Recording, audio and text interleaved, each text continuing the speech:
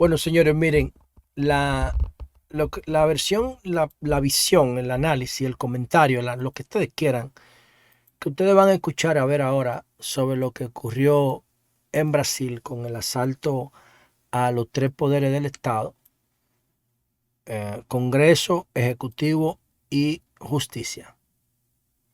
En Brasil, en la capital de Brasil, en Brasilia. Bueno, este enfoque ustedes no lo van a ver muy difícil en algún otro sitio. Vamos a disfrutar esto con el mismo amor que lo hemos preparado para todos ustedes. Y antes de eso, hay que ver, que hay que observar que nosotros aquí vemos un patrón.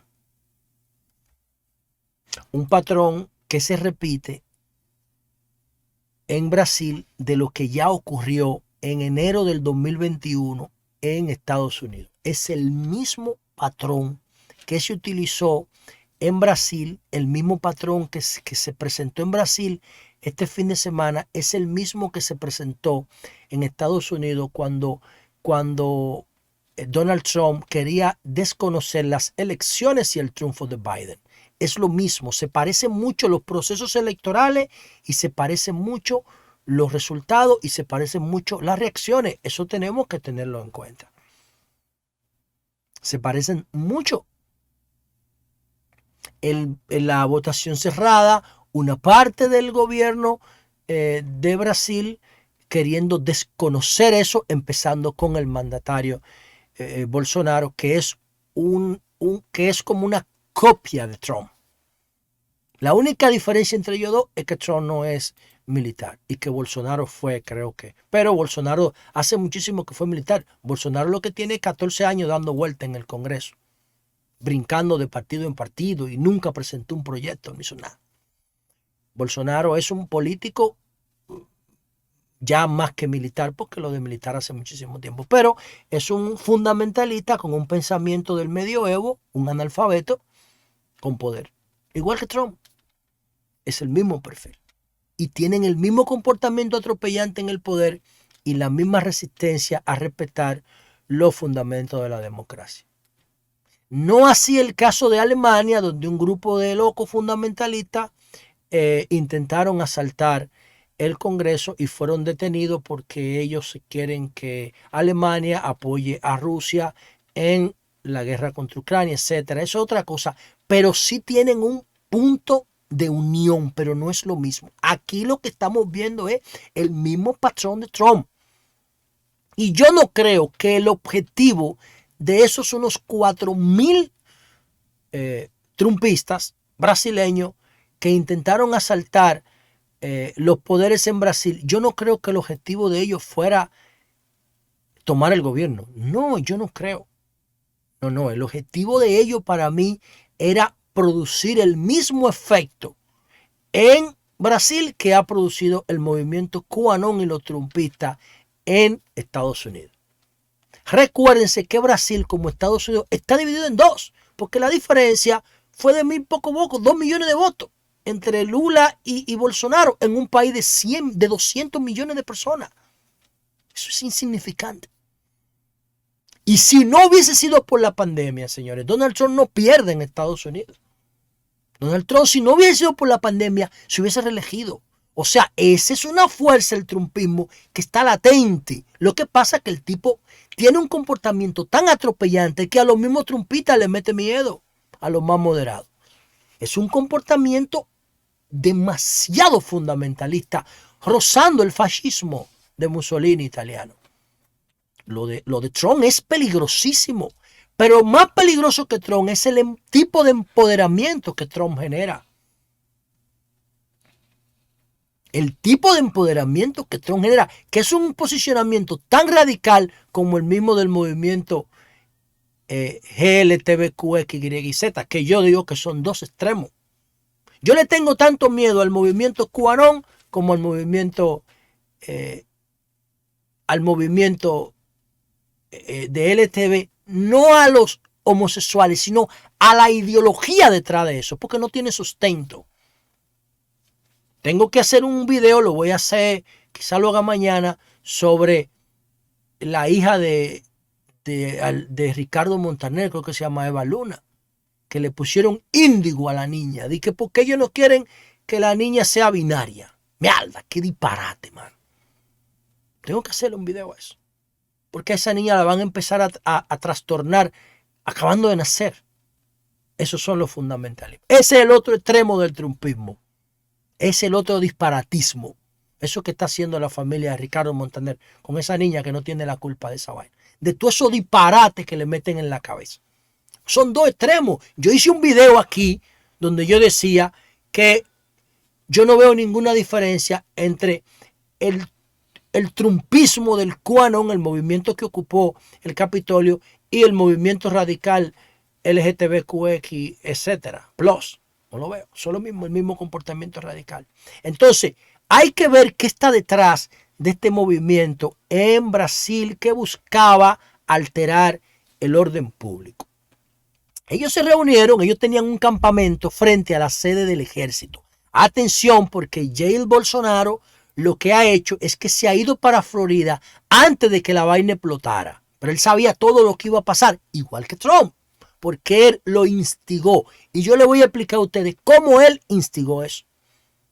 En su casa, en el palacio de qué sé yo qué diablo, que lo tengo en mis notas por aquí. Entonces, antes de que ellos tenían su vaina programada, que ya queda de las autoridades brasileñas investigar eso, porque yo creo que aquí hay una responsabilidad comprometida de Bolsonaro. Después que él dejó todo armado, se fue para la Florida para que no lo vincularan con la explosión de los hechos, pero él lo dejó todo cuadrado. Y fue a una clínica y dijo que él se iba a internar por las consecuencias de la puñalada que le dieron. Y la clínica en Miami dijo que no, en Florida que no, que él no estaba interno. Quizás se estaba haciendo un chequeo o algo, pero se tiró foto para curarse en salud. Entonces, ¿qué pasa? Ellos tenían desde las elecciones sentado en campamento frente a las Fuerzas Armadas de Perú. De la Fuerza Armada de Brasil, en el campamento, exigiéndole a las Fuerzas Armadas que actuaran para desconocer los resultados de las elecciones. El día 12 de diciembre a Lula le entregaron el certificado, que es un requisito fundamental para legitimar su elección como presidente. Después de la entrega de ese certificado, ya el hecho está consumado. Ya ellos no podían hacer nada. ¿Qué hizo Bolsonaro? Que se había mantenido en silencio. Miren lo que él hizo. En su casa se estaban convocando los manifestantes, los más enfermos. Porque esto es una enfermedad como el fanatismo del fútbol, como el fanatismo religioso. Este fanatismo ideológico es una enfermedad igualita. Entonces, ¿qué hizo Bolsonaro? Bolsonaro, el día después que le entregaron a Lula el certificado, Bolsonaro hizo una concentración en su casa. Pero él no habló. Él puso a hablar a un sacerdote que se llama Genesio Ramos. Genesio Ramos fue que tuvo el discurso incendiario. Ese hay que investigarlo. Ese fue el tipo que prendió todo. Entonces Bolsonaro estaba al lado de él, no hablando para no comprometer su responsabilidad, apoyando todo lo que decía el cura Genesio Ramos, un fundamentalista de derecho analfabeto también. Entonces agarró y maldijo a Lula en el nombre de Dios, lo maldijo y dijo que Lula era un engendro del demonio y un paquete de vaina y que ese triunfo era ilegítimo. Y que los gobiernos de Lula y de Dilma Rousseff sometieron a Brasil durante 14 años a una serie de saqueo y toda la vaina. Entonces él estaba sembrando el odio en los manifestantes. Entonces, después de ahí, los manifestantes se fueron para su campamento y empezó el guión. ¿Cuál guión? El mismo guión de la Casa Blanca de Estados Unidos, pero en esta oportunidad en Brasilia. ¿Y qué hicieron? Se reunieron, caminaron 7 kilómetros, 4,000 personas y aprovecharon Lula estaba fuera de Brasilia, estaba en Río de Janeiro, y Brasil tiene una gobernación local que gestiona la seguridad de la capital. Entonces entraron se llama Palacio de Planalto, el Supremo Federal Judicial y el Congreso Nacional. Y entonces empezaron a llegar en autobús.